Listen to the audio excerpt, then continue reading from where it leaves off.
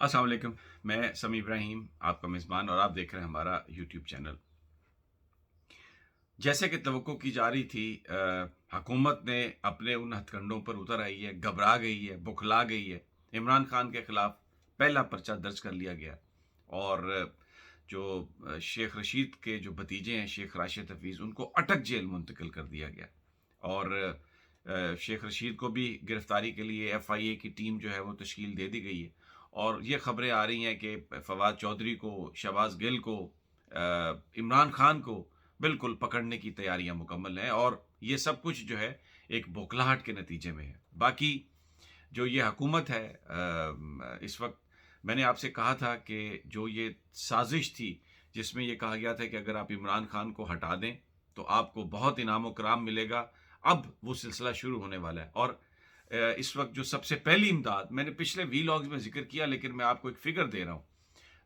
जो फिगर हमारे सामने आया, सिर्फ सऊदी अरब से तकरीबन $8 बिलियन सिर्फ सऊदी अरब से मिलने वाले हैं। और ये सारे का सारा पैसा, जो आपको पता है कि किसके कहने पर ये जो फैसिलिटेट होगा, ये किसके कहने पर होगा, कतर से इसके अलावा, यूएई से इसके अलावा। तो पैसे बहुत ज़्यादा दिए जा रहे हैं कि आप फेंके अवाम के सामने और लोगों से कहें कि आप भूल जाए इमरान खान को। कोई खुददारी नहीं, कोई गैरत नहीं, कोई इंडिपेंडेंस नहीं। आपको देंगे पैसे और बांट देंगे पैसे आपको। ये इस वक्त इंटरनेशनल एस्टेब्लिशमेंट पैसे के जोर पर, पैसे के बलबूते पर जो इमरान खान है उनको वहां पर उसको निकालने की कोशिश कर रहे हैं सिस्टम से।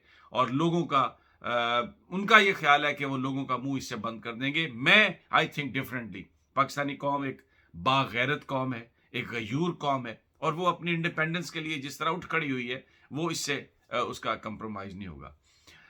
इमरान खान ने प्रेस कॉन्फ्रेंस की है आज, मैं आपको उसकी भी तफसील दूंगा अपने इस वीलॉग में।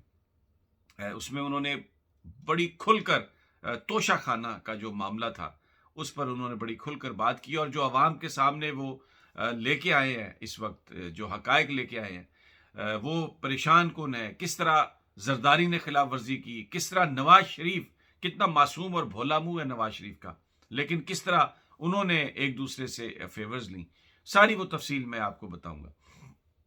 इसके अलावा आप, एक बड़ा सवाल है, आप ये बताइए कि सबसे बड़ी जो पार्टी है पाकिस्तान की, उसकी लीडरशिप को पकड़ने की बात की जा रही है, और एक ऐसे इल्ज़ाम में पकड़ने की बात की जा रही है जो पाकिस्तान में हुआ ही नहीं, जो सऊदी अरब में वाक़या हुआ।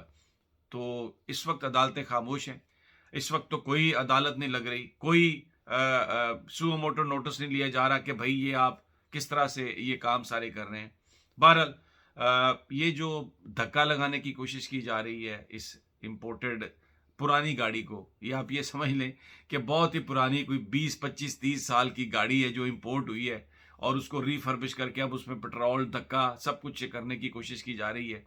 और पहला मैंने आपको बताया कि सऊदी अरब जो है वो पैसे दे रहा है, और उसमें पाकिस्तान की एस्टेब्लिशमेंट भी है, और उसमें अमेरिका की एस्टेब्लिशमेंट भी है। इन सब ने मिलकर जो प्लान किया है इनको, इस कारखाने को चलाने के लिए, तो उसमें ये पैसे अगले, मैं समझता हूँ चंद घंटों में, एक दिन में इसकी तफसीलात आ जाएंगी, और आपको पता चलेगा कि कितने ज़्यादा जो इस वक्त मेहरबानियाँ हैं।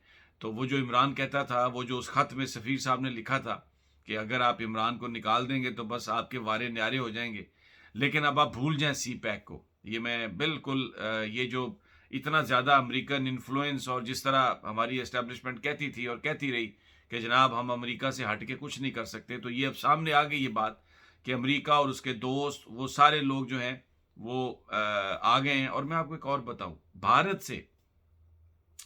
से खबरें अब ऐसी आ रही हैं कि पाकिस्तान पर इल्ज़ाम तराशी नहीं हो रही। उनकी जो फ़ौज के सरबराह हैं, मुझे ये बताइए, मनोज पांडे जो हैं, वो कह रहे हैं कि जनाब किसी तरह की कोई अब पाकिस्तान की तरफ से मुदाखलत नहीं हो रही।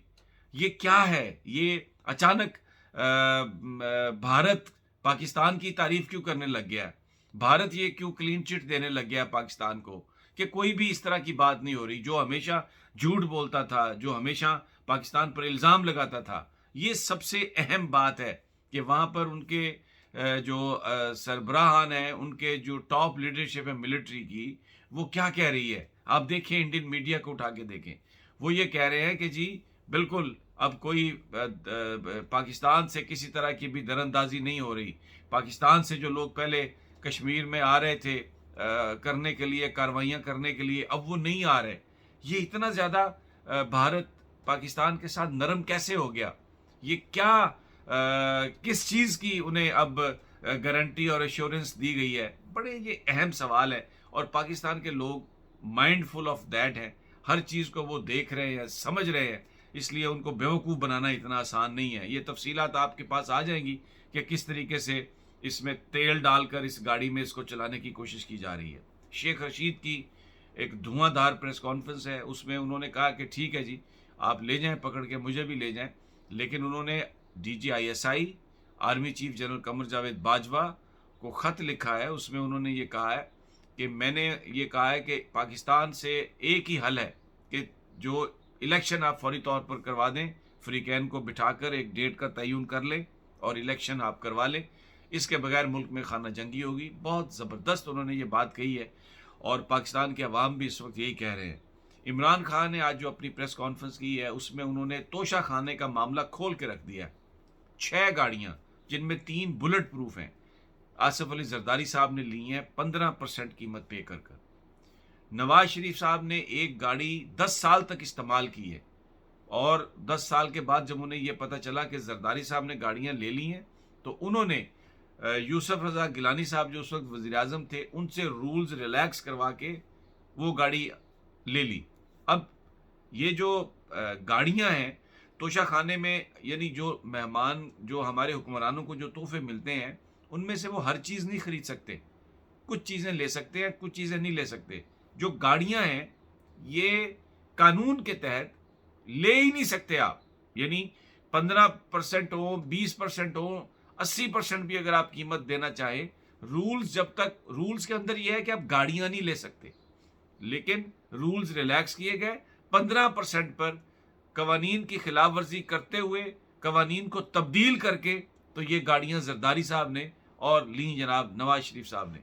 عمران خان جس چیز کو لیا توشہ خانہ سے قیمت دے کے 50% قیمت پہ لیا, اور وہ تھی جو رولز میں اجازت تھی. پھر عمران خان کو بھی ایک گاڑی ملی, لیکن عمران خان نے وہ گاڑی توشہ خانے میں جمع کرا دی, اور آج بھی وہ گاڑی موجود ہے. بالکل ہر چیز کھول کے رکھ دی عمران خان نے. اور جیسا کہ سوشل میڈیا پر میں نے اپنے پچھلے وی لاگ میں بھی کہا, کریکٹر اسیسینیشن ہوگی, عمران کی کوشش کی جائے گی, میڈیا کو دبانے کی کوشش کی جائے گی. اور آپ نے دیکھ لیا کل اے آر وائی کے پر حملہ ہوا, اے آر وائی پر حملہ بذا اس میں نہال وہ جو نہال صاحب ہیں نون لیگ کے وہ بھی نظر آ رہے تھے. یہ میں آپ کو ایک بڑی سنجیدہ بات کر رہا ہوں, یہ بہت ضروری ہے جاننا کہ یہ حملہ کس نے کیا ہے. بظاہر تو یہ نون لیگ کے لوگ تھے, لیکن کیا ان میں یہ اتنا تپڑ ہے؟ یہ بڑی امپورٹنٹ بات ہے جو میں آپ سب کے لیے چھوڑے جا رہا ہوں, اس پر آپ غور کیجئے. یہ میڈیا کو بند کرانے کی کوششیں, لوگوں کو ڈرانے دھمکانے کی کوششیں, یہ کاؤنٹر پروڈکٹیو ہوں گی. یہ ماضی میں بھی کامیاب نہیں ہوئی, اب بھی کامیاب نہیں ہوں گی. نہ پاکستان کے لوگ رکنے والے ہیں, نہ پاکستان کے صحافی رکنے والے ہیں.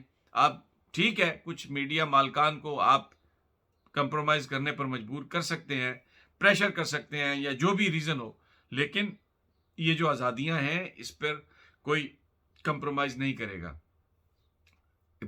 جو پلاننگ ہے یہ کو تقریباً 7-8 ہزار لوگ گرفتار کیے جائیں گے, اور اس کا مقصد یہ ہے کہ جو عید کے بعد جو لانگ مارچ ہے اس کو روکا جائے. اور یہ وہ ان ہتھ کنڈوں پر حکومت اتر آئی ہے, لیکن یہ بکھلائی ہوئی حکومت ہے, اور یہ خیال کہ وہ اس کو دبا لیں گے, یہ میرا نہیں خیال کہ وہ اس طرح سے کر سکتے ہیں. بہرحال یہ سچویشن تھی جو میں نے آپ کے سامنے رکھی. انشاءاللہ میں جیسے ہی ہمارے پاس مزید اپڈیٹ آئے گی میں آپ کو آپ کے ساتھ شیئر کروں گا. اگلی ویڈیو تک اجازت دیجیے. اللہ نے کے بعد.